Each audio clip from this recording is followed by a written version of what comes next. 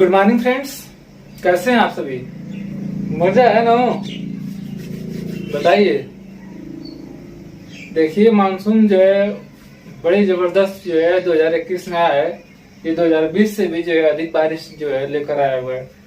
ठीक है। और बारिश में जो है पढ़ने में भी बड़ा आनंद आता है। क्या चल रहा है आप लोग का ज्योग्राफी में? ज्योग्राफी का टेस्ट जो है आप लोग का हम लेंगे 5 जुलाई को। ज्योग्राफी का टेस्ट 5 जुलाई को होगा, जिसमें आपका जो है जो पढ़ाया गया है उससे संबंधित क्वेश्चंस रहेंगे। और आइए चलते हैं अपने टॉपिक पे। तो उत्तर भारत का विशाल मैदान चल रहा है। उत्तर भारत का विशाल मैदान। उत्तर भारत का विशाल मैदान। देखिए, उत्तर भारत का विशाल मैदान में हम लोग जियोग्राफिकल तौर पे देख लिए कि कैसे जो है नदियां जो है क्या होती हैं, पहाड़ों से उतरती हैं और यहाँ पे जो है पूरा कंकड़ पत्थर लाकर जमा कर देती हैं।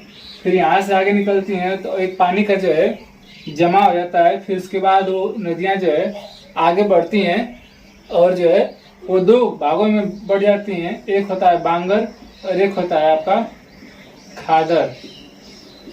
ठीक है। उसके बाद जो है नदियों का जो है बहाव जो है धीरे धीरे कम हो जाता है और अंत में आके जो है जितना भी कूड़ा करकट रहता है वो लाकर डेल्टा में गिरा देते हैं। ऐसा क्षेत्र जहाँ नदियां आकर अदृश्य हो जाती है उसे जो है भावर कहते हैं। ऐसा क्षेत्र जहाँ नदियां अदृश्य होकर पुनः भूतल पे लौट आती हैं और जल का जमा हो जाता है उसे जो है तराई क्षेत्र कहते हैं। ठीक है। उपजाऊ कांप या जलोढ़ मिट्टी, जल द्वारा उड़ाई गई मिट्टी को जलोढ़ या कांप मृदा कहते हैं। यह 2 प्रकार की होती है, खादर और बांगर। और जो है जहाँ नदियां आकर जो है अंत में जो है समुद्र में मिल जाती हैं और अपने खरपतवार को जो है इकट्ठा कर देती हैं उसे डेल्टा कहते हैं। और ऐसी भूमि जहाँ सिंचाई और उर्वरक की मात्रा ज्यादा होती है उसे रे या कलर कहते हैं। क्या कहते हैं? रे या कलर कहते हैं। तो ये 6 प्रकार का विभाजन हम लोग कल पढ़े थे। 1, 2, 3, 4, 5 और 6। ये भौगोलिक दृष्टि से था। अब हम लिखवाए हैं प्रादेशिक विभाजन। क्या बताएं? प्रादेशिक विभाजन। ठीक है।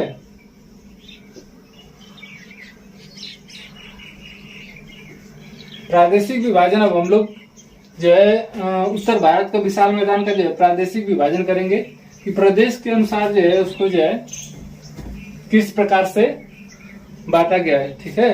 प्रदेश के अनुसार उसे किस प्रकार के बांटा गया है। तो देखिए, उत्तरी मैदान के, ठीक है, उत्तरी मैदान के आपके पश्चिमी भाग को, ठीक है, उत्तरी मैदान के पश्चिमी भाग को पंजाब का विशाल मैदान कहते हैं। जैसे आपका चित्र के माध्यम से हम आपको समझा दे रहे हैं। जैसे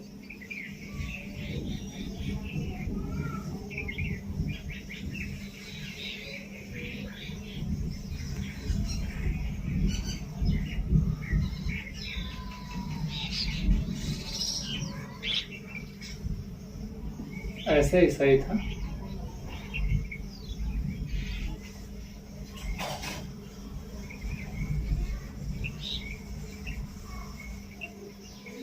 ठीक है।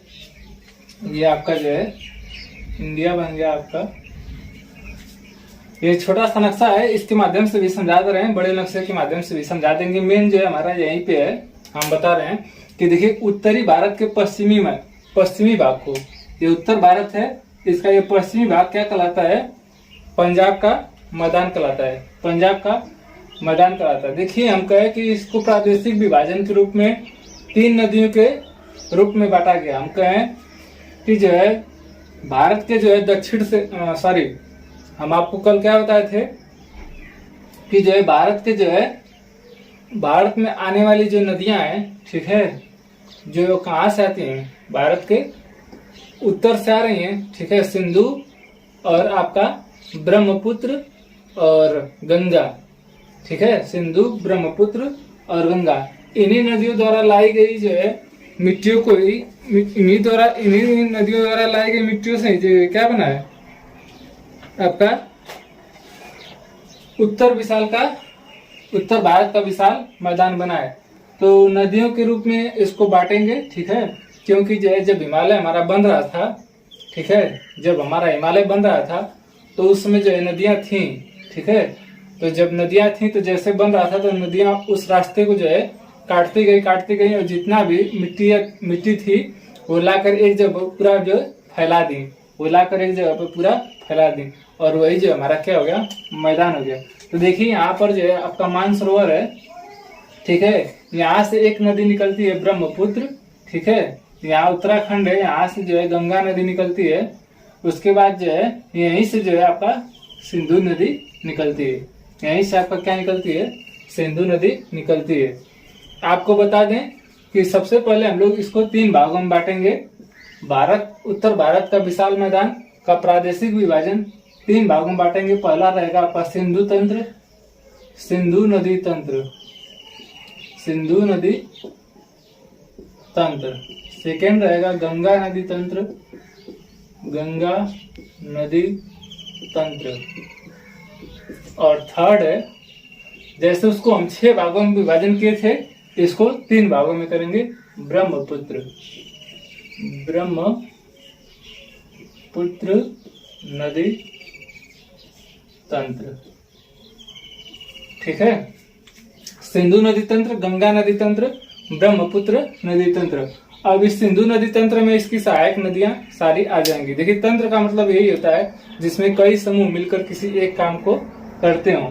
तो देखिए सिंधु नदी तंत्र में कौन कौन सी नदी आ जाएगी, आपका 5 नदियां आ जाएंगी। यहाँ पे आप पढ़े होंगे 5 नदियों की भूमि किसे कहते हैं, पंजाब को। 5 नदियों की भूमि किसे कहते हैं, पंजाब को। आपका रावी, सतलज, ब्यास, झेलम, रावी, सतलज, ठीक है। सबसे पहले देखिए झेलम, चिनाव, रावी, सतलज, ब्यास। झेलम, चिनाव, रावी, सतलज, ब्यास। झेलम, चिनाव, रावी, सतलज, ब्यास। ये 5 नदियां हैं, ठीक है। यहाँ पर एक आपका प्रदेश है, HM लिख दे रहे हैं। HM का मतलब हिमाचल प्रदेश, ये आपका यूके लिख दे रहे हैं, उत्तराखंड हो जाएगा। और इधर आपका ये तिब्बत है, ये आपका नेपाल है, ठीक। अब देखिए सिंधु नदी तंत्र में देखिए क्या होता है। आप इस सिंधु नदी की 5 सहायक नदियां होती हैं। आपकी कौन कौन सी है, तो अभी बताएं। आपका कि रावी, सतलज, ठीक है, झेलम, चिनाब, रावी, सतलज, ब्यास। तो सबसे पहले देखिए झेलम नदी यहाँ से आपका निकलती है, ठीक है। झेलम नदी का उद्गम आपका होता है और जाके इधर ऐसे पाकिस्तान में चली जाती है, ठीक है। उसके बाद चिनाव नदी हिमाचल प्रदेश से निकलती है, ठीक है। और वो भी आपका जाकर इससे मिल जाती है, और ये भी जाकर इससे मिल जाती है, ये भी जाकर इससे मिल जाती है, ठीक है। ये आपका हो जाएगा, ये कौन सी नदी है, झेलम।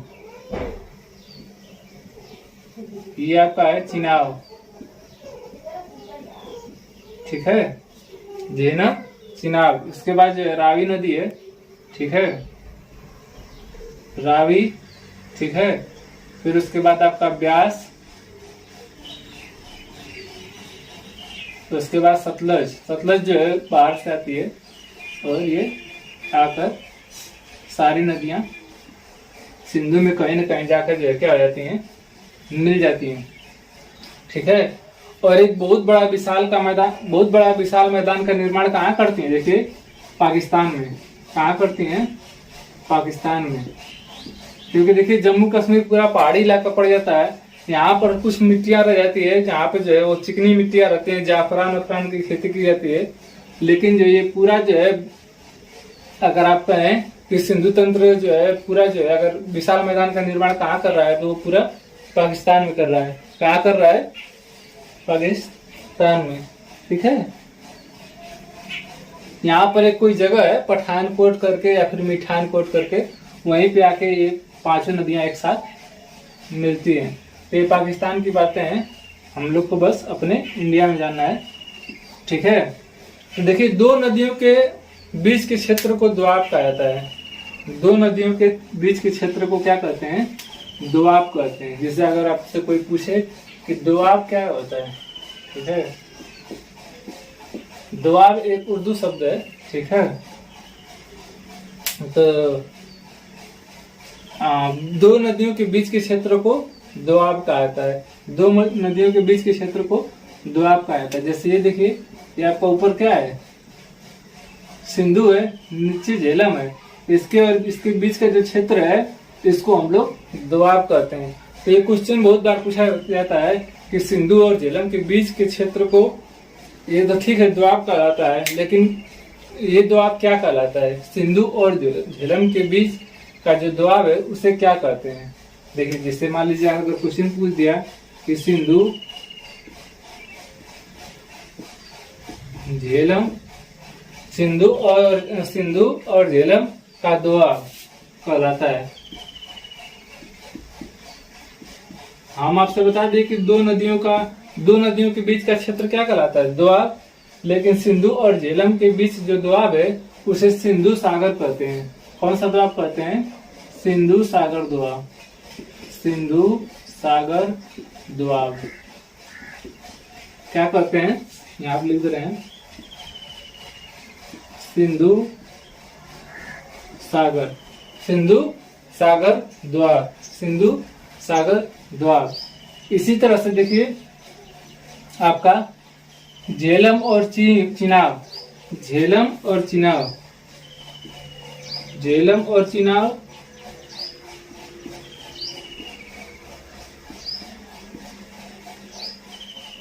का दोआब, बीच का क्षेत्र होता है, बीच का क्षेत्र दोआब कराता है। देखिए आपको ट्रिक बता दे रहे हैं याद करने का, बहुत आसान से याद कर लेंगे। देखिए पहला जो है आपका, देखिए सिंधु से सिंधु हो गया, झेलम, सिंधु और झेलम नदी के बीच का दोआब क्या कहलाता है? सिंधु सागर दोआब। सिंधु और झेलम नदी के बीच का दोआब क्या कहलाता है? सिंधु सागर दोआब। ठीक है, इसके बाद ये देखिए झेलम और चिनाब नदी के बीच का दोआब क्या कहलाता है? तो ये देखिए कैसे याद करेंगे। देखिए च से चिनाब होता है, इसे बना लीजिए चा, इसका जोड़ लीजिए झ, क्या बना लीजिए? चा और झ। देखिए च से चिनाब, झ से झेलम, च से चिनाब, झ से झेलम, यानी कि झेलम और चिनाब नदी के बीच का दोआब क्या कहलाता है? चाज। क्या कहलाता है? चाज दोआब। चाज दोआब कहलाता है। क्या कहलाता है? चाज दोआब कहलाता है। ठीक है, क्या कहलाता है? जो देखिए दिख रहा है, चाज दोआब कहलाता है। ठीक है, इसी तरह से ये देखिए इसके बाद कौन सी नदी है? चिनाब के बाद हम लिखे हैं, नदियों का नाम नहीं दिए क्या? बोलिए।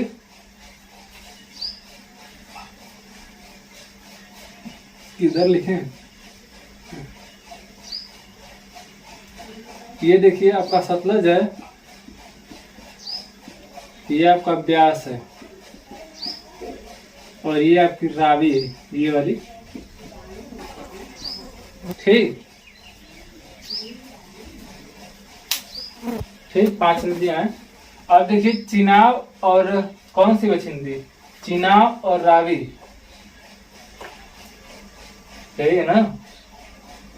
हाँ, चिनाब और रावी नदी के बीच का दोआब क्या कहलाता है? आप देखिए कौन सा दोआब की बात हम कर रहे हैं। ये वाला जो क्षेत्र बचा है, ठीक है, ये भी तो इनके बीच का क्षेत्र है, ये चाज हो गया। अब चिनाब और रावी बचा, तो चिनाब और रावी नदी के बीच का दोआब जो है क्या कहलाता है बताइए?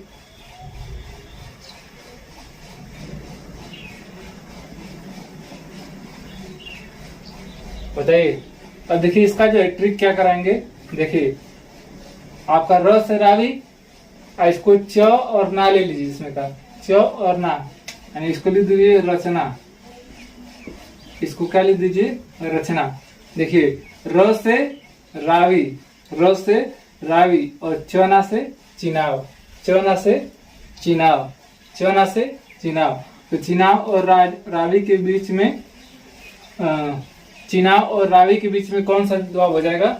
आपका रचना द्वाब। चिनाव और रावी के बीच में कौन सा द्वाब हो जाएगा? आपका रचना द्वाब। ठीक है, कौन सा? रचना। अब देखिए रावी और व्यास, यानी कि ये वाला क्षेत्र, रावी और व्यास के बीच का द्वाब क्या कहलाता है? रावी और व्यास के बीच का द्वाब क्या कहलाता है? देखिए व्यास का व ले लीजिए और इसका र ले लीजिए, इसको बना दीजिए वारी। इसको क्या बना दीजिए? वारी। व से व्यास, री से रावी, री से रावी। तो रावी और व्यास नदी के बीच का द्वाब क्या कहलाता है? वारी। रावी और व्यास नदी के बीच का द्वाब क्या कहलाता है? वारी। व से व्यास, री से रावी। अब लास्ट बचा व्यास और सतलज। व्यास और सतलज नदी के जो है बीच का जो है क्षेत्र क्या कहलाता है? तो इसका नाम है वित्स। ये थोड़ा सा ज्यादा कर दें, लिखने में आसान रहेगा। क्या कहलाता है? विस्त। ये आपका सारा जो है इंडिया में है। ये हम नक्शा जो है छोटा बना इसलिए इधर उधर लिख रहे हैं, लेकिन ये बीच का क्षेत्र है ऐसे। विस्त क्या नाम है इसका? विस्त द्वाब। अब देखिए विस्त में कैसे? वि से व्यास और सत से सतलज, वि से व्यास और सत से सतलज, वि से व्यास और सत से सतलज। चलिए एक बार इसको जो है रिवीजन कर रहे हैं और मैं इसको जो है बड़ा सा बना के आपको एक बार चलिए इसको हम बड़ा सा बना के आपको समझा दे रहे हैं। इसमें सारा जो है घाज माज हो गया, सारा जो है क्या हो गया बताइए? सारा जो है क्या हो गया? घाज माज हो गया। ठीक है, ये आपका जो है आप सही है। ठीक है, ये पाकिस्तान तो रहेगा यहाँ पे। ये आपका जो है मानसरोवर है, यहाँ से सिंधु नदी आ रही है। ठीक है, ब्रह्मपुत्र से हमसे मतलब ही नहीं है। हम क्या पढ़ रहे हैं? पहला ही पढ़ रहे हैं, सिंधु नदी के बारे में जानेंगे। सिंधु नदी तंत्र, यहाँ से आपका झेलम निकली। ठीक है, यहाँ से आपका जो है क्या निकल गई? झेलम निकली। यहाँ से ये आपका जो है क्या था? हिमाचल प्रदेश। ठीक है, यहाँ से जो है आपका कौन सी नदी निकल गई? चिनाव। चिनाव, ये झेलम, ये पूरा जो है सिंधु है। सिंधु, झेलम। ठीक है, एक नदी ये है सब। फिर ये इसका क्या नाम है?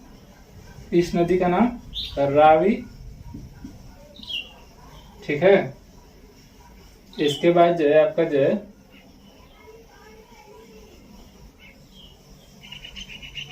ये आपकी जो है व्यास, और उसके बाद जो है सतलज।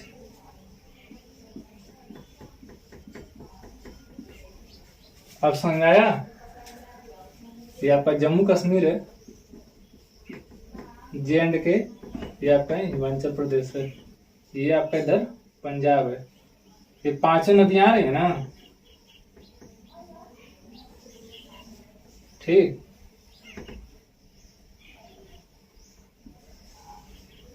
पूरा पंजाब का इलाका है। ठीक है, आप लोग इसको समझते रहिए।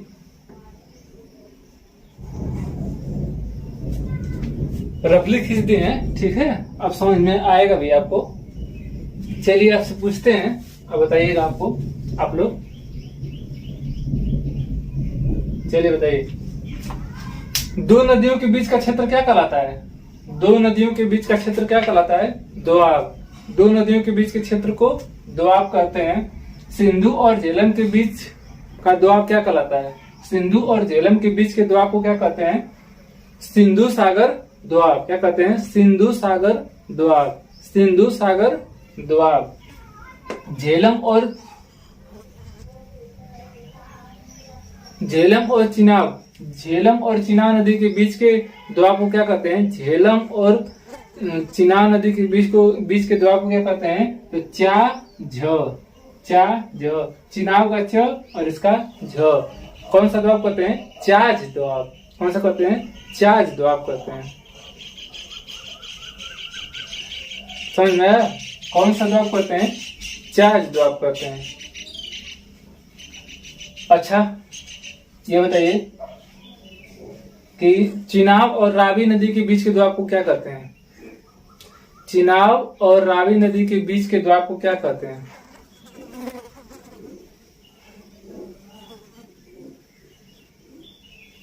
बोलिए, चिनाब और रावी नदी के बीच के दोआब को क्या कहते हैं? तो ये देखिए, इसका हम क्या बताए थे ट्रिक? चिनाब और रावी था ना, इसका क्या लेना था? इसका र और इसका चना। र ले लीजिए फर्स्ट लेटर, उसके बाद चना ले लीजिए।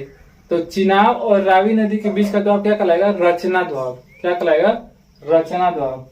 इसी तरह से रावी और ब्यास नदी के बीच का दोआब, रावी और ब्यास नदी के बीच का दोआब, तो इसका जो है वो ले लीजिए, इसका जो है री ले लीजिए। तो वारी दोआब कहलाता है। रावी और ब्यास नदी के बीच का दोआब रावी, और ब्यास नदी और सतलज नदी के बीच का दोआब वित्स। क्या कहलाता है? वित्स। वित्स में व ब्यास और सत से सतलज। सिंधु और झेलम नदी के बीच का दोआब क्या कहलाता है? बोलिए, सिंधु और झेलम नदी के बीच का दोआब सिंधु सागर दोआब। ये दोआब नहीं लिख रहे हैं, क्या कहलाता है? एक में लिख दे रहे हैं, सिंधु सागर दोआब। ठीक है। झेलम और चिनाब नदी के बीच का दोआब क्या कहलाता है? चांज दोआब। क्या कहलाता है? चांज दोआब। च से चिनाब, झ से झेलम, याद करने के लिए आसान है। चिनाब और रावी नदी के बीच का दोआब क्या कहलाता है? रचना। क्या कहलाता है? रचना। र से रावी, चौना से चिनाब, चौना से चिनाब। रावी और ब्यास नदी के बीच का दोआब क्या कहलाता है? वारी। क्या कहलाता है? वारी। व से ब्यास, री से रावी, व से ब्यास, री से रावी। और ब्यास और सतलज नदी के बीच का दोआब क्या कहलाता है? वित्स। क्या कहलाता है? वित्स। वित्स से ब्यास, सत से सतलज, सत से सतलज, सत से सतलज। समझ में आया? और ये पूरा जो है सिंधु तंत्र जाके जो है हमारे पाकिस्तान में जो है बहुत बड़े विशाल मैदान का जो है निर्माण करता है। ठीक है। भारत में जो है इसकी जो है